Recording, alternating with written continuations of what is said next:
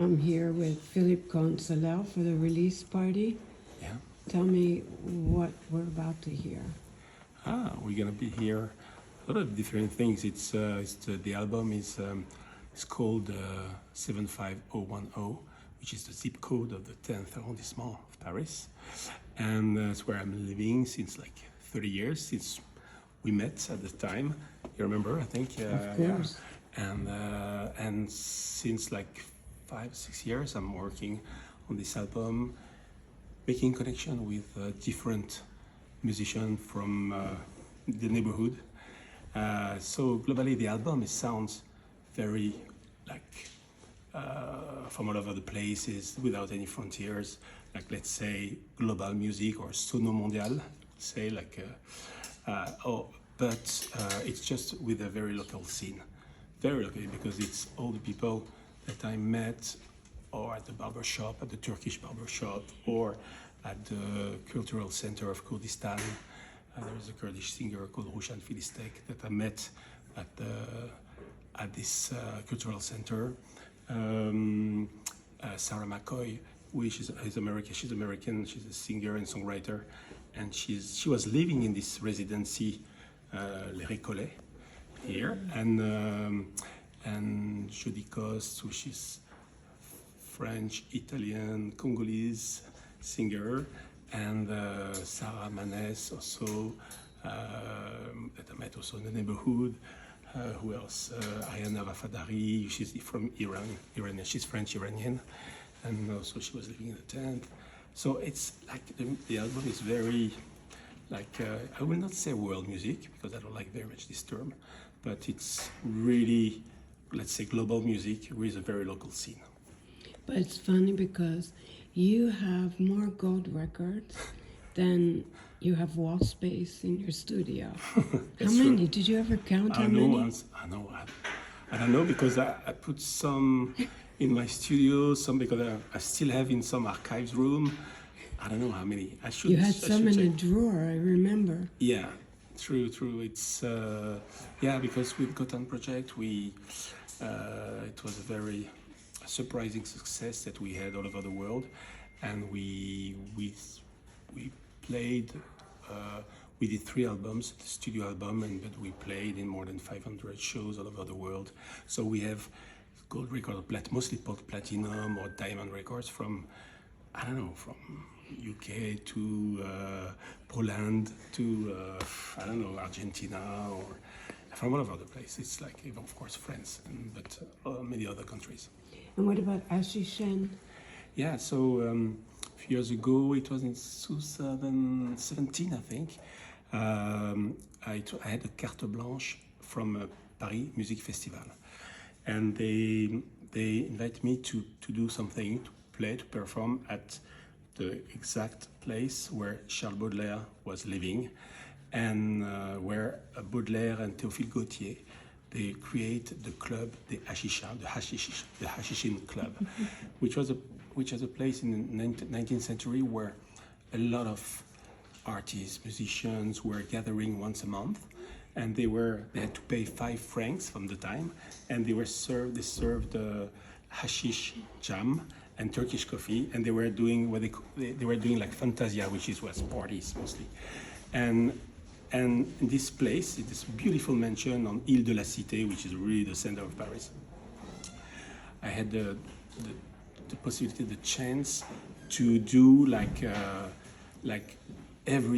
for 5 days different performances, all based on Charles Baudelaire poetry, but in a very different way. So there was musicians, but also actors like Élodie Bouchez, or it was really very creative. So it's funny thing. It's starting like the first day it was not packed because it was on Thursday afternoon, so people, it's like people are working, but the word of mouth was so strong that at the end we are every show we did like 4 shows per day, and it was completely packed, and it was an amazing experience. It was funny because Chiara Sabatini was there with me for one of them. Just Absolutely. really funny. Exactly. And what about Tennessee? The Moonshine Sessions. Yeah, the Moonshine It's something, it's a solo Sessions. project that I did at the same time that I was doing Gotham Project. So Gotham Project, for the people who don't know, it is a mix of electronic music and tango, Argentinian tango. So every day I was performing this kind of music during, like, in different venues all over the world and festivals. But I like to, I don't know, I wanted, because I was listening so much tango to before doing Gotham Project, that I wanted to have a side step, you can say that, like that. And I went to, when we did a break with the band, we went to Tennessee. I went to Tennessee, not we. I went to Tennessee, to Nashville, and I met different people where I recorded my songs. I wrote some country music songs, bluegrass, and like Luna's song. Luna is the name of my daughter, and I recorded this album in a barn in the Nashville, Tennessee, mostly Tennessee countryside, with amazing musicians and different singers, and it was called the Moonshine Sessions because we were drinking a lot of moonshine at the time, which is like the bootleg alcohol, whiskey, yeah. That is wild. And wasn't there something Boys from Brazil? That was before Gotham Project. The Boys from Brazil was, so it was a guy from Switzerland, Christophe, and me. So we were absolutely not from Brazil, but we call each other the Boys from Brazil because it's related to the movie. It's an old movie from the 70s, I would say. And mostly at the time we really wanted to do some electronic Brazilian music, because in the mid-90s there was not so many, almost nothing coming from Brazil, and we thought, okay, but how come that the Brazilian, which was the master of dance music, since always, they didn't take electronic music to do something fresh and new with their roots, with their Brazilian music? So because they didn't do it, we did it.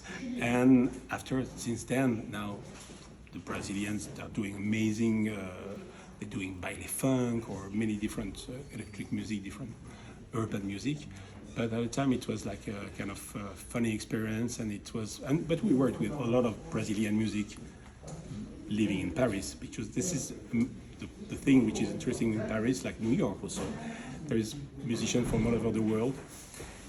And also, even this album 75010, now it's exactly it's reflecting exactly that. It's people from Afghanistan, from Turkey, from Kurdistan, from America, from Iran. So this is Paris, and this is typically this neighborhood. And how did you get started in music in the first place? Because I remember going to your apartment, and I never saw so many records. The walls are completely... Yeah, it's crazy. I know. I had to, during my life, I had always to move from a place to another because of my record collection. So now I think I've got more than 17,000 records at home. I'm collecting, I'm not collecting, I'm just buying records, and I want to listen new music all the time. It's not that I like to collect, I'm not a collector, it's more about listening, discovering new music, and I do that since I'm 8 years old. So I don't want to give my age, but you can imagine that's a lot of years buying records, and I spent when I was a kid, almost a teenager, I was having all my money buying records all the time. What was the first record you bought? It was the Belle Bacharach, like raindrops keep falling on my head, from the movie with Paul Newman and Robert Redford called Butch Cassidy and the Sundance Kid. And I went with my mother to see this movie when I was a kid, and I loved the music, so I wanted to bought the music. It's my first record. And when we first met in 1990, yeah. You were working Virgin Music doing Europa. No? Yeah, I was working. I was a music supervisor for Virgin Music Publishers, and I was, mostly I was working with different directors, like to advise them, like a music supervisor or a music like soundtrack producer. And I worked at the time with Lars von Trier, with Nikita Mikhalkov, with Zhang Yimou in China, with Robert Altman. Before Which one Pret-à-Porter, it was Vincent and Theo. Vincent and Theo. Okay. Yeah, it was before Pret-à-Porter. Where you Yeah. were? Pret-à-Porter, I remember you. That was funny. Yeah. And so the amazing thing for me is that I was the first music supervisor in France. It's strangely in America you have music supervisor in the 50s. You can see in some if in Hitchcock movies you can see there is music supervisor, but in France this job didn't exist before. So I was the first. So because I was the first, I was maybe not the best one, but I was the one I could connect with amazing directors from because Paris and France is always been important, like a strong place for co-productions. The cinema is very supported by the government in France, so that's why there is a lot of French or French-American co-productions since a long time now. And what about your project with Outsider Art, Dagger?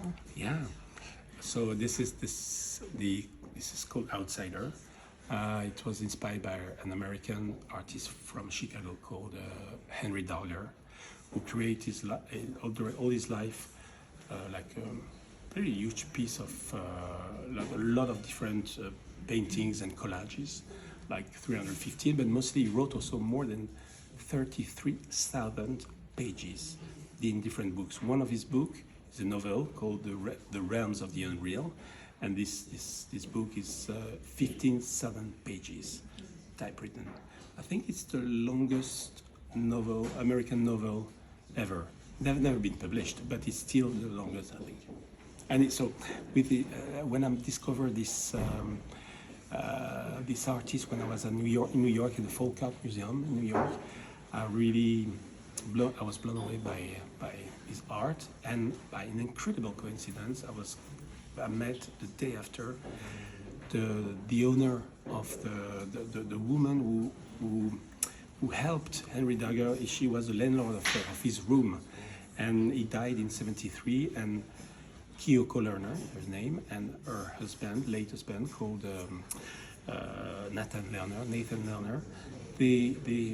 They were the landlords of Henry Dagger in Chicago, in Webster Avenue in Chicago, and they were the one who discovered his work because he never showed to anyone.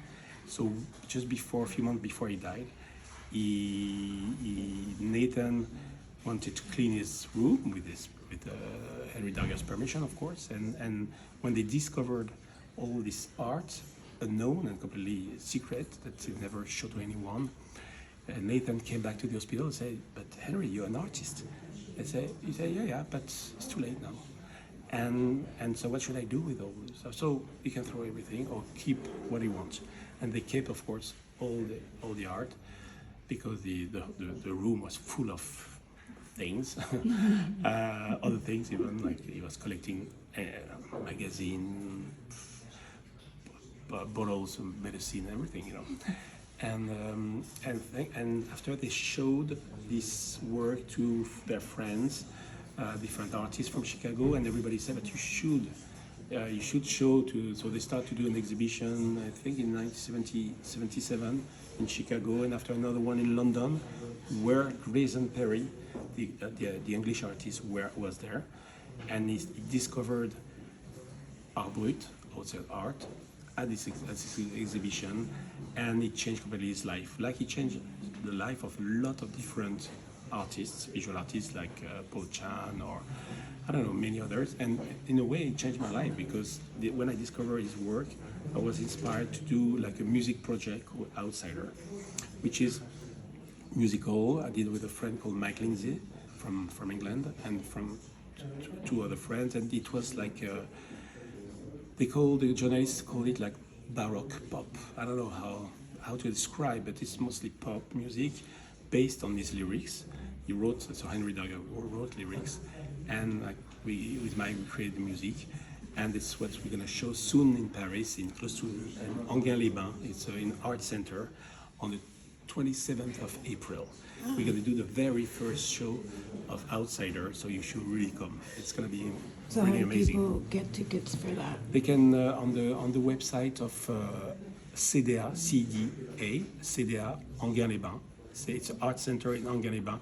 Well, it's just the best thing even is to go on the outsideronline.co, which is a website of Outsider, and they can find more information regarding that. Great, because when I saw it, you had the French actor that Yeah, was... Denis Lavant. Yeah, Denis He's going to be with us. Denis, which is like a cult actor, French actor, Right. he's going to be on stage with us. Les Amants de Pont-Neuf. Yeah, Les Amants du Pont-Neuf, Boys Meets Girl, like Mauvais Sang, you know, a lot of movies from Léos Carax, and he's going to read Henry Dogger's poetry or texts, I would say. Yeah. And you did something with Adrian Brody also. Yeah, we did a few songs together, with like 8 tracks, but we didn't release yet. But we are thinking about the right time to. So we did. We were very close friends. So soon when he has time in Paris, so we spent some time together in my studio and we create music. But nothing has been released. But it will be. I'm sure it will be. Yeah, because I remember running into you in an airport somewhere. Ah, yeah. And you were just coming back from doing something with him, or going to do something. Yeah. And also work also with a Nigerian artist called Keziah Jones, who was also living in this Récollet residency.